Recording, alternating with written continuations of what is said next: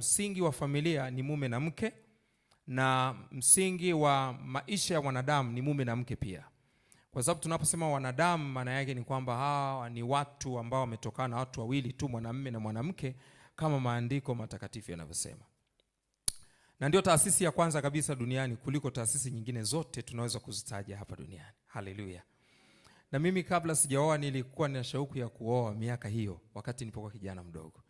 Na nilitazama maisha ya mchungaji wangu kipindi hicho, anaitwa Lawrence Konga, yuko Arusha. Alini-inspire.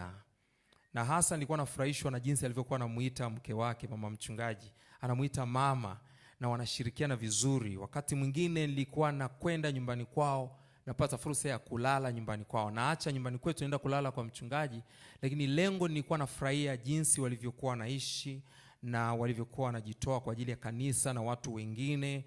Mimi niseme tu ya kwamba hii event ni event muhimu sana, na hili wazo la kimungu kabisa, kwa sababu hata introductions zilikuwa zinaendelea hapa zimenifanya na mimi nikatambua baadhi ya watu ambao nilikuwa naonana nao ambao nilikuwa siwafahamu. Kwa hiyo nilikuwa naona wanaume wengine kwamba ni single, kumbe sio single, na wanawake zao. Na kuna wengine nilikuwa nakutana nao ni wakina dada, lakini kumbe leo nimefahamu waume zao. Kwa kweli ni event moja muhimu, ukizingatia kwamba familia ndio inaweza kujenga nchi imara. Familia imara ndio inaweza kujenga nchi imara. Familia imara ndio inaweza kujenga watoto imara. Na nilikuwa natafakari wakati nimekaa pale kwamba sisi tuliokuwa hapa ni zao la watoto wa miaka ya nyuma. Zao la watoto walio wa miaka ya nyuma. We are the products of the previous years children. Kwamba baba zetu, mama zetu walipokuwa watoto, kuna namna fulani walilelewa, na walivyolelewa vile ndio ule msingi imara wakasababisha wakapata familia zao. Walipopata familia zao wakaja kutuzaa sisi, na sisi wakatujenga katika the same msingi ule ambao nasi leo wengine tunasimama kama watumishi wa Mungu. Lakini ukijaribu kuangalia ni misingi imara ambayo ilijengwa na watoto wa zamani ambao ni baba zetu, wazazi wetu. Haleluya. Kwa hiyo niseme tu ya kwamba dunia tulio nayo wakati huu inahitaji sana events kama hizi.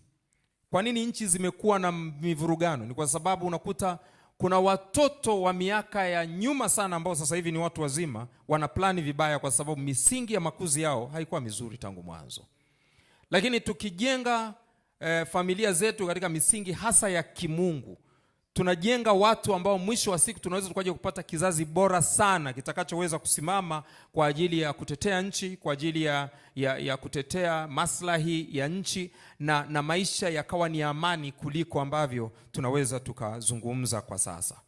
Kwa sababu sasa hivi tukijaribu kuangalia, kuna umuhimu mkubwa sana wa wazazi pia kufundishwa. Kwa sababu nimekuja kugundua wazazi wengi walio kwenye mafamilia huko, wao hawakufundishwa vema, kwa sababu na wazazi wao wengine walikwepa mafundisho. Ndio maana watoto wa sasa wako hivi walivyo.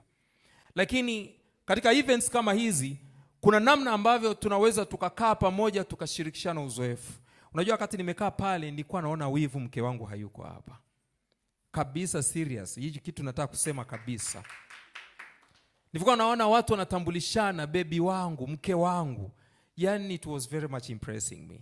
Nilikuwa nasikia very much impressed, touched, kwa sababu ya namna vile ambavyo watu inaonekana wanaishi kwenye nyumba zao. Ndio nakumbuka siku moja niliwaambia mtu mmoja, nikamwambia wakati naenda kwenye kazi zangu huko, wakati mwingine nilikuwa natamani mke wangu angekuwa yuko ndani yangu. Na hiyo sentensi kuna mtu hakunielewa, nilizungumza lakini nikiwa ninamaanisha.